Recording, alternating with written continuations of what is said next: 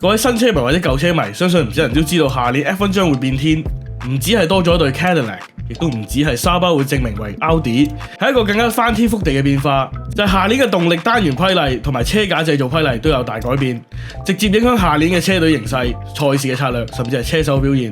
咁究竟咩叫改例？點解要成日改例呢？下年個例又會係點？而一個大勢力形勢係點呢？預計下年比賽會變成點？仲有場外而家嘅政治角力，我會分成2集講俾你知。呢個 channel 主要係分享 F1 嘅資訊，會同你逐格睇翻，分析成個 F1 週末嘅個個重要時刻，利用車手、車隊人員嘅訪問內容，去同各位一齊解構呢個體育運動。如果你想睇多啲 F1 嘅策略同埋技術，知一場比賽入邊直播鏡頭冇交代嘅事，咁就 subscribe 我哋呢個 channel， 再撳個鐘仔搶先看 like 呢條片，share俾睇 F1 嘅朋友，再 comment。你哋嘅支持係我製作影片嘅動力。事不宜遲，咁就 let's go。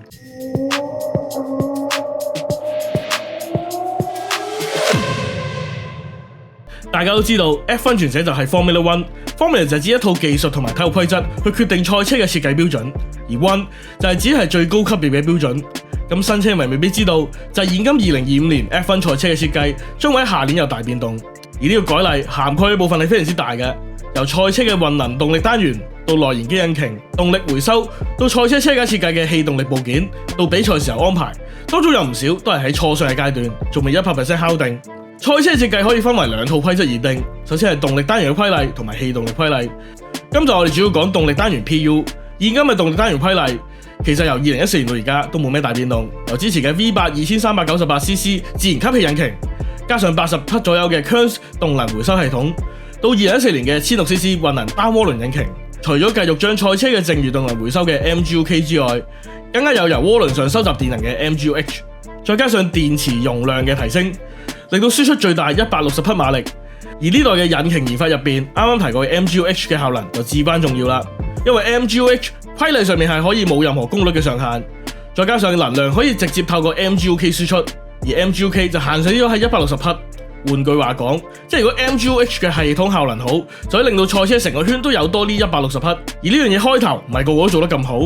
F1 4間引擎供應商嘅 PU 實力參差，差距好大，所以喺規則實行嘅頭幾年，平治 PU 一直壟斷 F1。除咗喺2014年至2021年連贏8屆車隊世界冠軍之外，更加令到威廉士、印度力量等等嘅客仔隊都水鬼升成王，多次上到頒獎台。用當年供應 PU 俾紅牛嘅雷諾同埋法拉利都反對 MGU-H 功率無上限，但係喺平治積極游說之下，以減少 turbo lag 同埋鼓勵能量效率提升嘅2大原因，令到呢個 MGU-H 冇限制，從而成為動力單元嘅規例。去到2019年至2020年度，各大引擎廠嘅實力先開始變得均勢。去到2022年開始，因為紅牛嘅引擎製造商本田打算退出 F1， 促使紅牛建立 Red Bull Powertrain， 由下年開始建立自家嘅引擎。雖然最尾係冇完全退出到嘅，下年更加直接供應引擎俾 Aston Martin，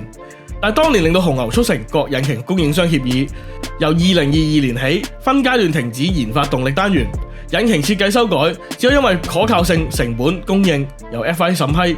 能夠達成呢個協議，好明顯就唔係純粹因為紅牛嘅個別需要，你係其他隊都唔會制啊。其實呢個協議能夠成事，正係因為 MGU-H 嘅研發成本好高，早幾年疫情經濟差，個個車廠都勒緊褲頭，同埋技術失敗嘅地方在於冇下放到落街道車道普及，亦都令新車廠卻步，搞完一輪又追唔到，技術研發咗又用唔到落街車道賺錢，好難搞啊！唯一一部用咗 F1 MGU-H 技術嘅街道車就係 AMG One， 產量275部，售價275萬歐羅，唔連稅。俾把聲你聽下。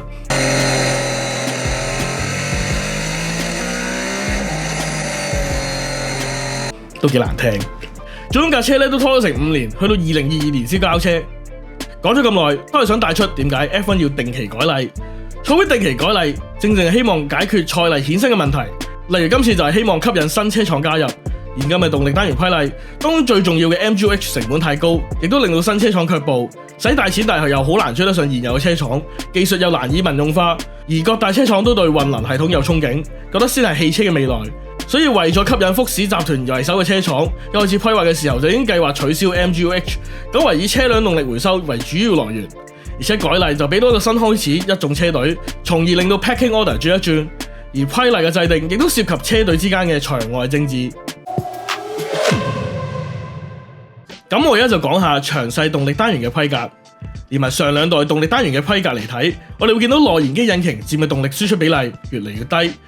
2013年嘅 2400cc 非八自然吸氣引擎有成800匹馬力，佔成部賽車嘅90%輸出 ，Turns 每圈有 6.7 秒用，好似 Mario Kart 咁。撳咗掣就一段時間快啲，賽車有多80匹馬力。呢個混能系統同而家相比係一個好原始嘅設計。去到2014年就到咗 1600cc V6 渦輪引擎嘅年代。因為呢個 V6 渦輪引擎少咗兩個缸，仲有渦輪令到引擎唔會直接連接死氣喉，加上引擎限制咗轉數，所以令到今代引擎聲音比較沙啞。加埋之前都提過嘅 MGU-H 由渦輪度回收能量，之後動力就可以直接發放落 MGU-K。變相嚟講 MGU-H 嘅效能好，就可以全個圈都可以提供額外嘅馬力。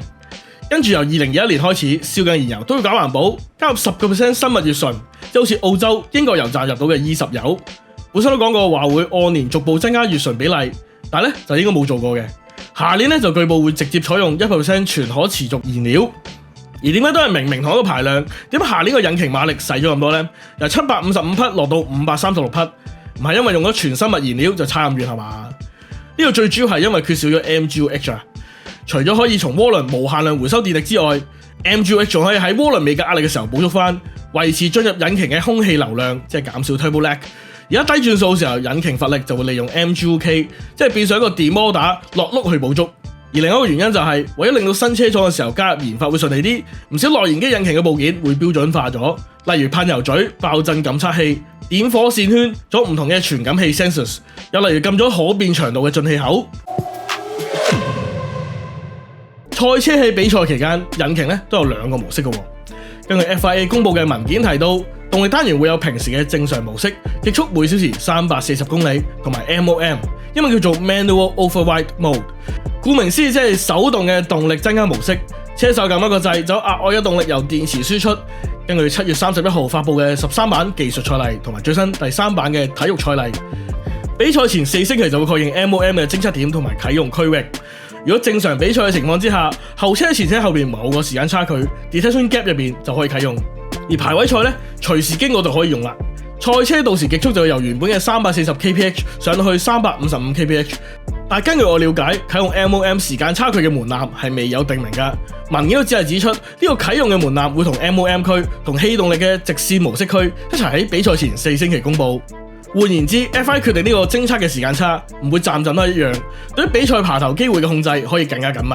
至於 FIA 單座賽車總監 Nicholas Tombazis 喺接受 The Race 訪問嗰陣就咁講：我哋好有可能保留某種類似 DRS 嘅機制，而我哋仍然需要喺空氣動力或者引擎之間加入某啲裝置去協助賽車爬頭。而喺呢個動力單元嘅年代，真係多多少少都變咗車手管理嘅比賽，多過真係睇車手嘅車技。無論係管理輪胎、ERS， 以至收有碌車減低損耗，都唔係車迷希望見到嘅嘢。而佢哋就係覺得我哋下條片講嘅主動式氣動力部件同埋啱啱講咗嘅手動動力增加模式係最好保存車手車技，而唔係睇佢哋成為輪胎能量管理大師嘅方法。Nicholas Tombazis 又咁講。我哋透過規則想做到嘅係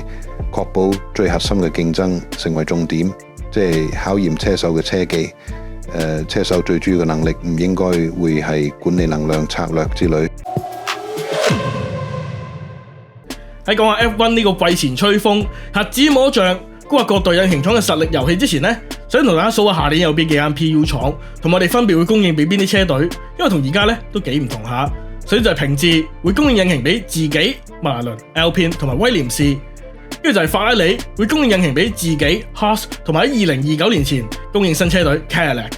跟住就係而家仲幫緊紅牛維護緊副 PU 嘅本田，下年會為 Aston Martin 提供 PU。福特咧就同紅牛合作喺下年一齊做 Red Bull Powertrains， 提供 PU 俾大油同埋細油 Racing Bulls， 而奧迪亦都會自家供應 PU。首先咧就係平治啦，喺上次引擎大獎勵贏盡一切嘅佢哋，喺今次嘅研發大戰亦都俾人睇高一線。不過今年4月咧就傳出佢哋做 PU 模擬嗰陣發現問題，當時 PU 以 Monza 模擬 PU 輸出，發現喺條大直路中段就已經輸出晒所有嘅電力，即係佢哋去到直路中段就得翻570匹馬力，仲少過 F2 賽車嘅620匹。如果呢個傳聞係真嘅話咧，都幾令人擔心。不過你仲有時間，據講工程團隊正諗緊方法提供喺彎道嘅引擎轉數，拎部分動力嚟發電，用多啲油但係叉多啲電入賽車。呢個規例有少少平衡叉電放電，考個能量管理系統有幾成熟。然後就係季中已經宣布展望下年嘅法拉利，現時車隊已經宣布唔會再有大規模嘅更新，轉而全力研發下賽季嘅賽車。動力單元最初版一早喺23年12月就已經第一次嘅點火，唔少分析都話證明咗法拉利就算落後都唔會落後平治太多。而喺上個月有報道指出，法拉利正在研發一種非常極端嘅設計，採用好多突破性嘅構造同埋能量管理解決方案，希望盡可能揸晒所有潛力出嚟。不過同一消息渠道都講到啊，呢個設計現時喺可靠性方面有隱憂。另外法拉利都特別專注喺內燃機引擎嘅燃燒效率，佢哋同奧地利格拉茲嘅 AVL 先進引擎研究中心保持緊密合作，呢個係外間認為佢哋嘅一大優勢。而最近平治領隊兼 CEO Toto Wolff 就被問到2026年嘅主要對手會係邊一個呢？佢就咁答喎。答案好簡單，法拉利見到法拉利對抗我哋平治將會係令人讚嘆嘅對決，一場真正嘅經典對決。Lewis 同 Charles 鬥 Kimi 同 George，真係諗下都覺得精彩。不過大家都聽住先啦，法拉利有時啲嘢真係冇得估啊！2024年尾個勢咁勁，點知今年年頭跌到第3，爬下爬咧又過翻平治頭，上翻第2。仲有示範晒一隊車隊要爭滿分要幾完美，執行嘅細節有幾咁缺一不可，咩都可以無端端出事咁。至於講過退出，但一直都在嘅本田呢，下年就會正式復出，供應動力單元俾 Aston Martin。喺今年年頭，本田賽車部總裁渡邊康治曾經咁講：我哋的確有啲掙扎，但係而家正在全力以赴緊，希望下年可以交到功課。所有嘢都係新嘅，我哋需要做一副355千瓦嘅緊湊型摩打，仲有嗰個輕量化電池都係非常之難研發，仲有嗰副體積細但要高輸出功率嘅內燃機，同樣係一大挑戰。而佢呢個講法都曾經令到 F1 社群好大反應，大家都關心係咪代表本田研發方面遇到好大嘅阻滯。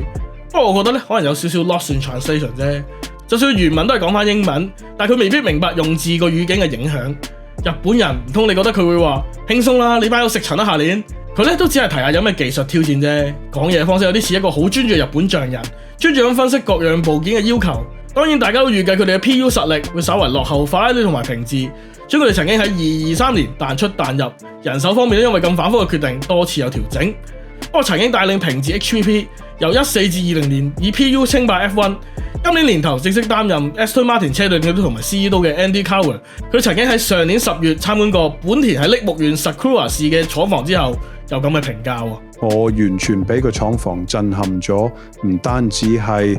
硬件同技術，而係 Honda 進行測試嘅方式。佢哋喺動力單元開發心臟嘅工作節奏同投入程度令人印象深刻，成個環境好出色。一入去呢，就感受到成個環境充滿活力，好有動力。工程師嘅拼勁、創造力喺時間壓力下仍然推進研發，令我非常佩服。雖然我唔係每日都同 Honda 聯絡，但係每次接觸都好清楚見到佢哋嘅野心、推進力同創意。Aston Martin 入侵啲人呢，都係令人感覺非常之有希望，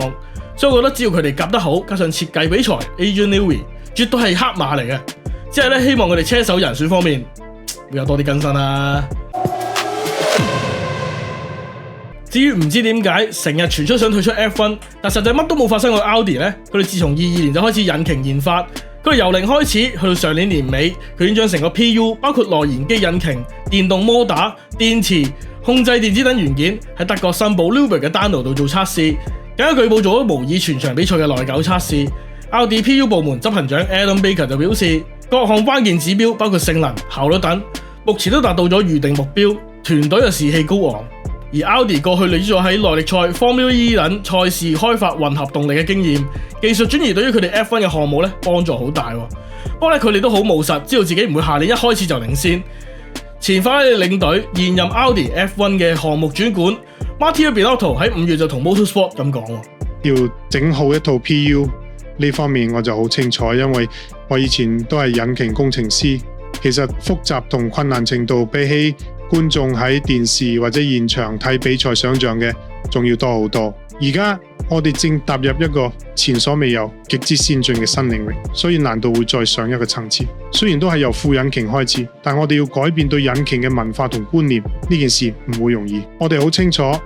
26年我哋唔會領先，到時我哋唔會有最強嘅動力單元，但我哋喺正確嘅道路上，我哋有信心。今次引擎改例有咁多改動，究竟法拉利引擎部門出身嘅 Binotto 會唔會帶起 Audi 呢個 project， 同前紅牛策略部大佬現任車隊領隊 Jonathan Whitley 一齊將 Audi 帶上前列呢？我哋拭目以待啦。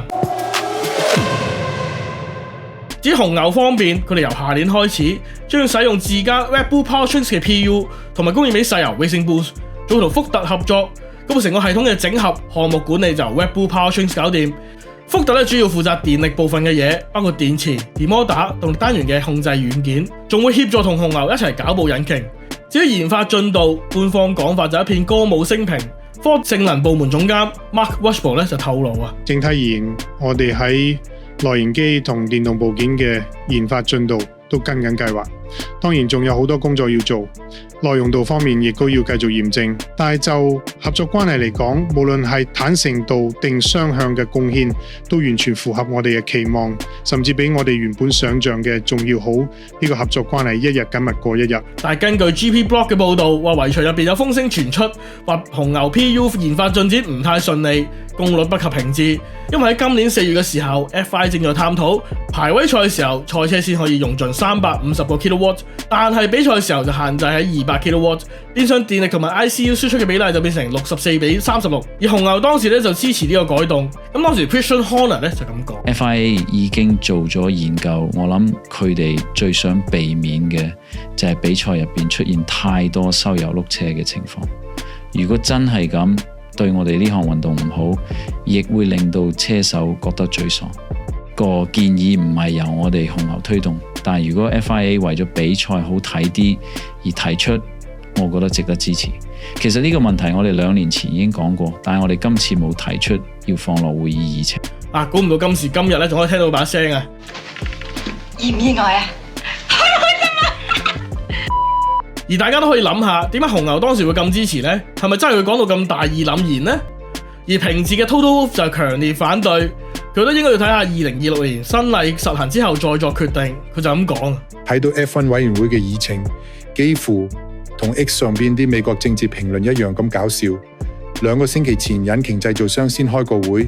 而家又重新傾過一樣嘅議題，笑死！咁梗係啦，如果平治 PU 真係有優勢，到時講數啊都多啲籌碼啊嘛。而 Audi 同埋本田都傾向唔支持咁搞，法拉利嘅立場就比較曖昧。Fred Vasseur 就咁講喎。我哋必須要保持透明，唔可以因為覺得自己有優勢就嘈，咁樣係 F1 最壞嘅情況。隨住50-50比例嘅引入，我哋可能低估咗對車重同性能嘅影響。過去25至30年咧，我哋從未試過有咁激進嘅改例嘅。今次改例同時喺車架、引擎、燃油同埋賽例方面咧都有改動，對車隊嚟講係一個挑戰，對 FIA 都係，因為佢哋要喺今日就預測下年賽車嘅下壓力同埋操控表現，而部車其實仲喺度開發緊。老實講，巴林嗰次會議都算幾好，因為大家有開放嘅討論，但係問題係一旦落到競爭層面，態度就冇咁建設性，對成件事冇幫助。不過我哋睇下下次會議點之後再作結論啦。阿 Fred 就化身 F1 公路霸喎，笑咗。到最後大家都留意到各間引擎廠各有幾多客仔，而佢哋客仔嘅數量或多或少都會同佢哋引擎研發效率有影響。如果多啲客仔，自然就會多啲數據，同時成個研發獲得資源亦都比較多。今次嘅2026年大改例改變幅度係我睇 F1 以嚟係最多嘅。為咗講得夠仔細，所以決定分上下2集講。今集先講引擎 PU 方面嘅，去到下條片我就會集中講下氣動力車架方面，並且同大家講下預期嘅好處同埋壞處。到時大家記得收睇。到最後再次呼籲大家可以 subscribe 我哋呢個 channel、like 呢條片、撳我鐘仔搶先看、分享俾你身邊睇 F1 嘅朋友睇，再就係 comment 少少嘅支持，多多嘅鼓勵。今日之後再見，拜拜。